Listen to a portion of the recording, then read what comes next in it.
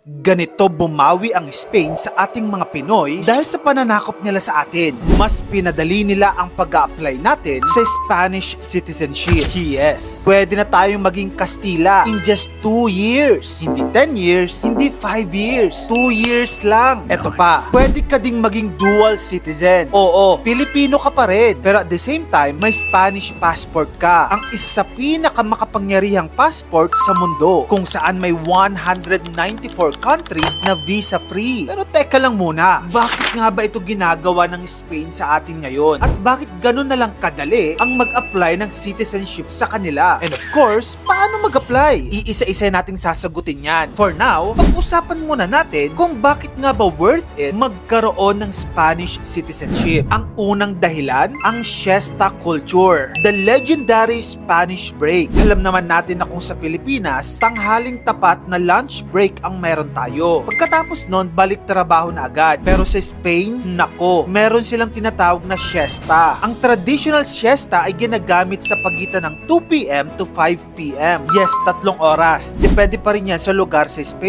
kung saan sa mga oras na ito, nagsasara mga stores, nagsha-shutdown ng mga small businesses, pati mga bangko nagsasara, even yung mga government offices. Para saan? Well, para magpahinga talaga. Kapag oras ng siesta, ang mga Espanyol ay natutulog, nanananghalian ng mahaba, tumatambay, nagkakape, umiidlip o nagre-relax kasama ang pamilya. Ibig sabihin, sa Spain, yung trabaho nila sa gitna ng araw may kasamang pahinga. Walang guilt, walang stress. Because sa Spain, productivity equals balance. Hindi pagkamatay sa overtime. At scientifically proven ito. Ang siesta culture nakakatulong magpababa ng risk ng heart attack, hypertension, stress-related illnesses, burnout at marami pang iba. Ang pangalawang dahilan kung bakit worth it sa Spain ay dahil yung healthcare system nila one of the best sa buong mundo. Kung sanay ka sa emergency room sa Pilipinas na parang pila sa LRT, sa bansang Spain, universal healthcare. Libre o sobrang mura ang hospital visits, surgeries, check-ups, maternity at emergency room. At yung mga hospital nila, nako, sobrang linis, sobrang modern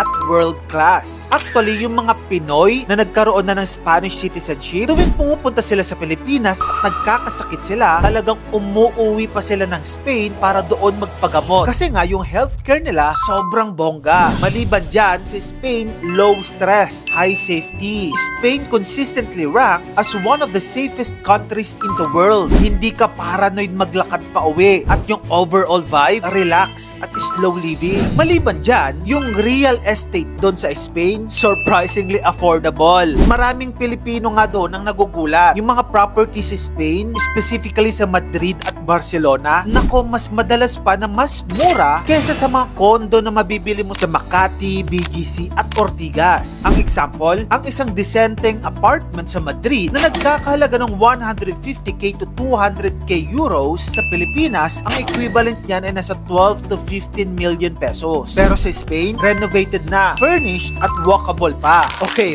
get, sobrang ganda ng Spain. Pero bakit nga ba nila tayo binibigyan ng ganitong pribilehiyo? Simple lang ang sagot. Spain colonized the Philippines for 333 years. 3 siglo. 3 henerasyon ng lolo mo. At dahil doon, may special historical ties tayo sa Spain. Kumbaga, may utang sila sa atin. At binabayaran nila ito with these perks of generosity. At parte ng pagbawi na yan ay ang shortened residency requirement for citizenship sa mga countries na naging colony nila. Kaya nga tayo dito sa Pilipinas, 2 years lang. Habang ang iba, kailangang maghintay ng 5, 10, minsan 20 years para magkaroon ng Spanish citizenship. Pero tayo, may VIP lane, fast track. Well, pero ang mahalagang tanong, ano nga ba yung mga paraan para magkaroon ng Spanish citizenship? Well, marami. Maaari kang pumili sa mga ito. Una, work visa. Andyan din ang study visa, family ties, digital nomad visa, at kung may pera ka, the golden visa. The golden visa, kung meron kang 500,000 euros or approximately 30 million million pesos at bibili ka ng property doon sa Spain, automatic ka nang papasok sa residency program. At kung makapag-ipon ka naman or magpasok ng joint investment, nako, ito yung pinakamabilis at pinaka-smooth na path para magkaroon ng citizenship. Kumbaga, kung bibili ka ng condo doon, may kasama ng passport na libre. So yun na nga mga kamagkano. Kung pagod ka na sa mga visa applications at mahaba ang pila sa mga embassy, Spain might just be your biggest life upgrade. Kung gusto mo pa na magito pang klaseng content, dito lang yun sa channel ko, kaya follow ka na. Mag-subscribe ka na rin sa aking bagong YouTube channel. Yun lang, maraming salamat sa panonood mga kamagkano.